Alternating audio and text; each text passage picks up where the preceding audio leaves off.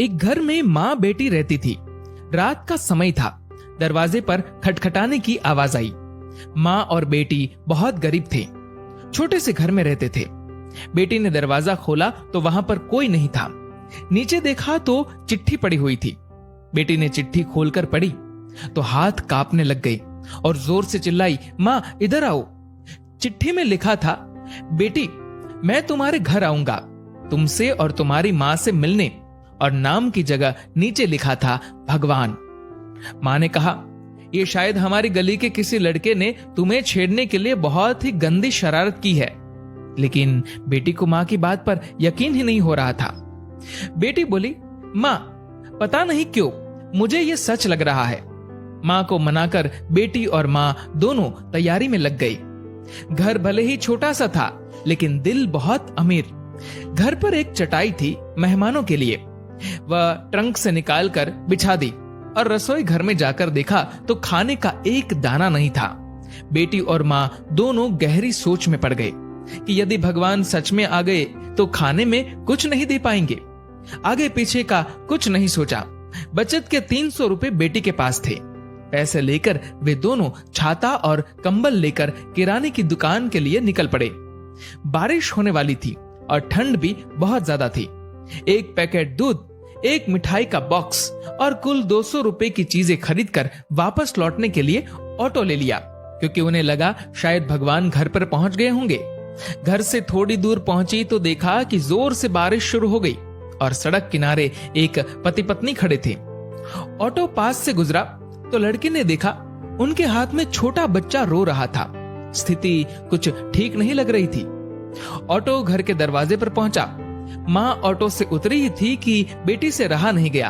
बोली, ऑटो वाले भैया जरा ऑटो को उनके पास ले लो। पास जाकर देखा तो बच्चे को तेज बुखार था और उनके पास खाने के लिए कुछ नहीं था। एक तरफ भगवान घर पर आने वाले हैं और दूसरी तरफ ये समस्या। बेटी ने सोचा, भगवान को मना लूंगी, लेकिन यदि इन्हें ऐसे ही हाल में छोड़ दिया गया तो भगवान बिल्कुल भी माफ नहीं करेंगे।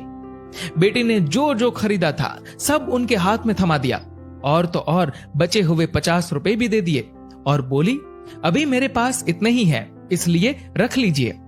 बारिश हो रही थी तो छाता भी दे दिया और बच्चे को ठंड ना लगे इसलिए कंबल भी दे दिया।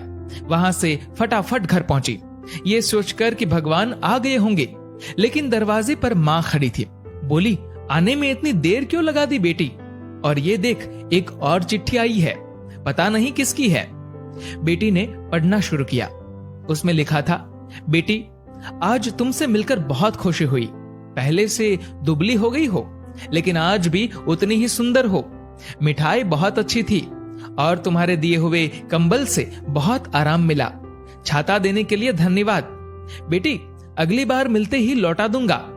बेटी के तो होश उड़ गए। निशब्द होकर पीछे मुड़कर सड़क किनारे देखा तो वहां कोई नहीं था। चिट्ठी में आगे लिखा था, इधर उधर मत ढूंढो मुझे, मैं तो कण कण में हूं। जहां पवित्र हो सोच, मैं हर उस मन में हूं। यदि दिखे कोई जरूरतमंद तो मैं उस हर जन में हूं। बेटी जोर से रो पड़ी और माँ को सब बताया। दोनों बहुत भावुक हो गए और पूरी रात सो नहीं पाए।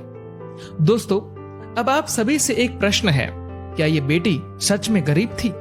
सोचिए और अपने दिल से इस सवाल का जवाब दीजिएगा, क्योंकि व्यक्ति मरने के बाद अपने साथ पैसे नहीं बल्कि कर्म लेकर जाता है, और जरूरी नहीं कि हर पैसे वाला व्यक्ति अच्छे कर्म लेकर जा रहा हो।